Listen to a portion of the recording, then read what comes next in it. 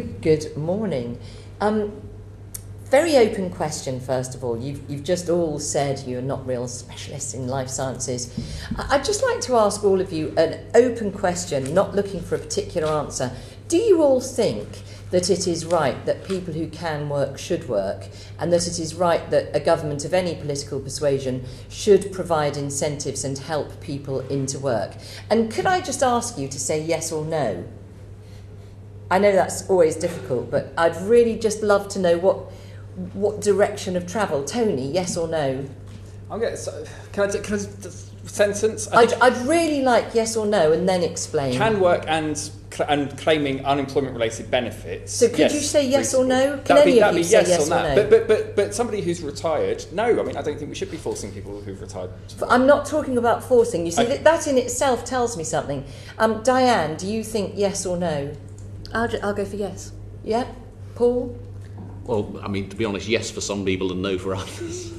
Okay, on the fence. Torsten? Yes, I'm pro a higher employment rate, yeah. Yeah, okay. Thank you. It's just really interesting because I think in all of these budgets, obviously very clearly over the last 12, 13 years, you've seen a determination to help people get into work on the, if you like, the values basis that actually, if you're in work, it gets you out the house. I mean, I've got lots of constituents who come to see me who say, I feel like I'm just on the scrap heap, I can't get a job, I'm over 50 and a woman, or I've got a disability, blah, blah, blah. So I just think it's interesting that economists, where we do sometimes as politicians accuse you all of groupthink, and it does seem to me very important that there is some kind of view taken on whether work is an honourable thing or whether it isn't, because we also talk a lot about how we need to soak the rich and how the poor need to not be forced, your terminology, Tony, mustn't be forced into work, and if you're a pensioner, you mustn't be forced into work.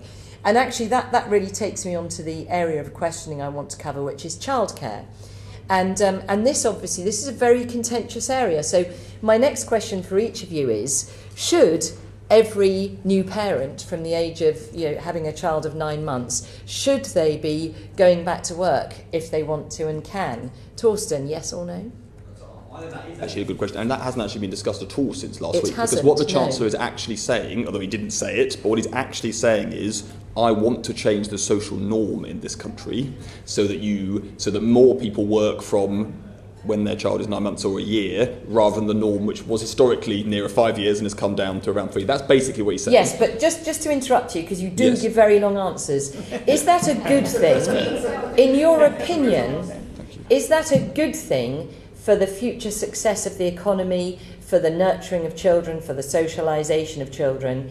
Is that a good thing? I know that's not an economic thing, but in your opinion, that's definitely not an economic thing. From our perspective, the higher employment rates that drives does raise living standards and probably over time brings down the gender pay gap and other inequalities and allows people to make more talent. So yes, I'm generally in favour of it. And but what's that it is a do narrow for children? But that is a narrow perspective because there are other things to consider.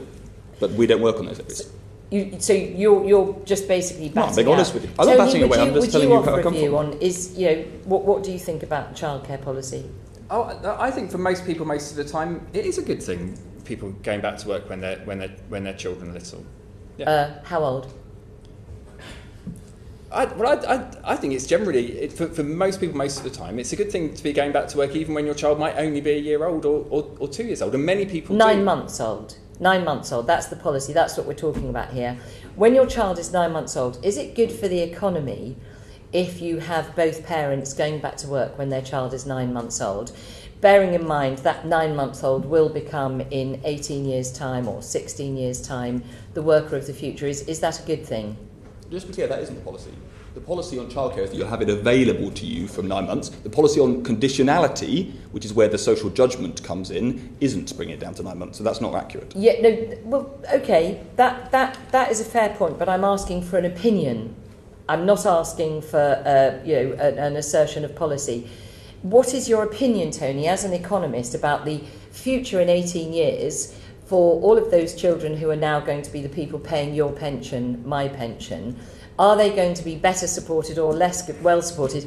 And if you don't want to answer that because you don't have an opinion, can I then ask you, should economists have a view on the potential long-term outcome? You've talked about, government needs to look long-term. Should you have a view on whether those 18-year-olds are going to be better off or worse off as a result of their parents being enabled, not forced, to go to work when they're 9 months old. What do you think? Well, as compared to going to work when their parents are 2 or 3 years old, I'm not sure we could Not when say their parents whether are 2 or 3 it years would make old. a difference. So when they're 2 or 3, as opposed to their parents going to Yeah. work when they are 2 or 3 years old, I'm Yeah. not sure we could say whether it would make, if it's any better or worse in the long run for those children. In the short run for the economy, it depends on the jobs that we're doing, but as Torsten said, we've got more people in work, higher employment rates, that's better for living standards, better for the economy, it's usually better for households too. But whether it's better for a child at 18 if their parents worked when they were 1 year old or 2 or 3 years old, I don't think we can. Okay, so you don't know, but should economists have a view on that? I'm not an economist, so I feel like I'm slightly an imposter. Okay, but here. you're allowed to have an opinion on I am whether allowed to have an economists opinion should on have a it, view on that.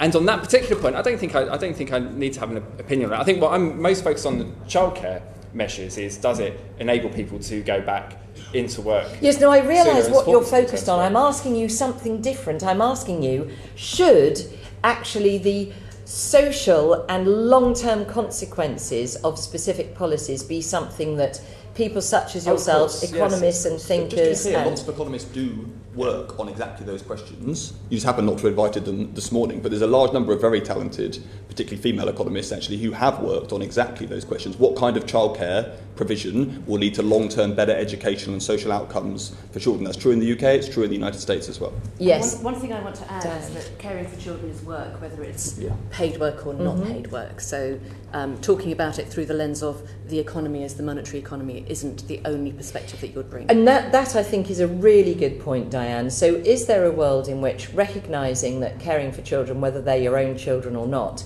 is an economic benefit to the economy? Should policy be thinking more in the round about rewarding those who do choose to stay home and look after their own children with a potential, but none of you have a view on that, benefit for when those children are 18 in terms of their ability to contribute to the economy? So should such a policy, a childcare policy, take into account in the round the value of everybody looking after children, whether they are their own or not? So I would put the value on optionality for parents of very young children, because what the outcomes are for the individual child in the long term are going to be very different depending on their family circumstances, what the other care arrangements might be. So it's quite difficult to generalise about that, and therefore you want to leave the decision as much as possible to the individual household. Absolutely. So would you then agree that potentially looking in the round at childcare, that bearing in mind so many grandparents do childcare very informally, would there be some merit in a policy that considered, again, in the round, some form of value placed on grandparents caring for children where perhaps the grandparents are retired or semi-retired and the parents are more economically productive, so it would be a better trade for the economy as a whole? So it's certainly worth thinking about. One of the issues that I think Tony referred to earlier was the labour supply in the care sector. So perhaps thinking about a modest payment to grandparents instead would be a good alternative. I mean, there is the separate issue if there's not much more money available, so you'd have to pay for it. But it's well worth thinking about. Yeah. Care structures are very varied. Absolutely. And Paul, in terms of this actual policy that's being announced here and the fact that I think everybody assumes the reason it's taking some time to roll out is because of the supply side reform that's needed. Have you done any analysis at the IFS of what actually needs to happen in the childcare sector? You've talked a lot about skills. We also know that childcare budget is only allowed if you're working, not if you're in training. So let's say if I was a mother of a 9-month-old and I want to go and train to be a nursery worker, I can't get that free childcare whilst I train to resolve some of the supply side reform issues. Is there any work that the IFS has done looking into that policy in detail? Well, I think there's a number of things that are important here. I mean, one, as I think you've identified, is that policy has changed dramatically in the last 20 years. First, from really providing very little in the way of childcare. Secondly, to really focusing actually on developing children from poorer backgrounds and really giving them a better start in life, to what is now essentially a pro-work policy. I mean, so that's how the policy has developed, and it's an entirely sort of new leg of the welfare state actually over the last 25 years or so. In terms of the sort of evidence on sort of outcomes for children, it's broadly it's not negative, and it's for some things it's positive, for some less so. For kids from poorer households, it's generally reasonably positive, but it's not a dramatic. It's not a dramatic change. In terms of the childcare sector itself, I think what's really striking here. So actually, a third thing is, it is the case that most. The median payment on formal childcare by people with children under school age is 0. So this is it's actually only a relatively small number who pay a lot, but that group it's a big effect on. Fourth is for mothers particularly.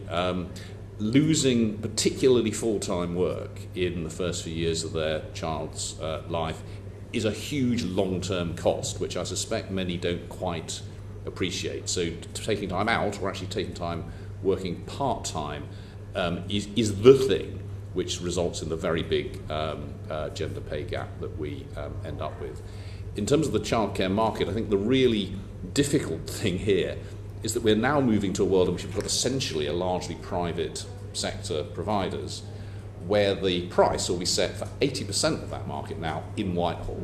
And if they get that price wrong, you either spend more than you need to, or it's just not going to work because you're not spending enough. So that becomes much more important now that sector, that we've got this under 3 offer, which will be will have quite a significant effect. So those I think are the kind of key questions. I suppose the last one is, it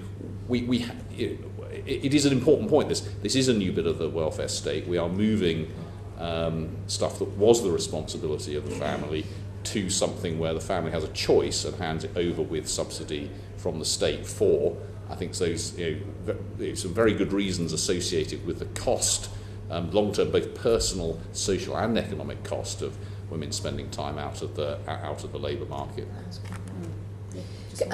Just one more question to any of the panel.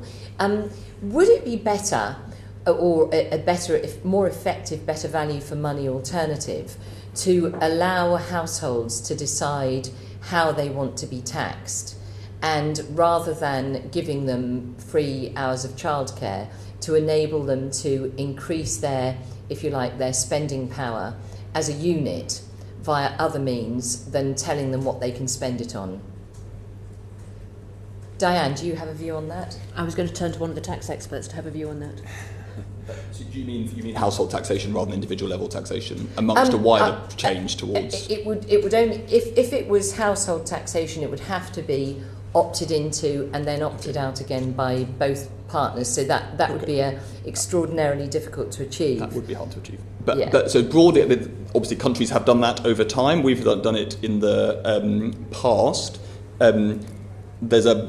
It's a very large question. There's some advantages in terms of some poorer households would do better for the reasons you're generally getting at, which is people making the choice not to be working.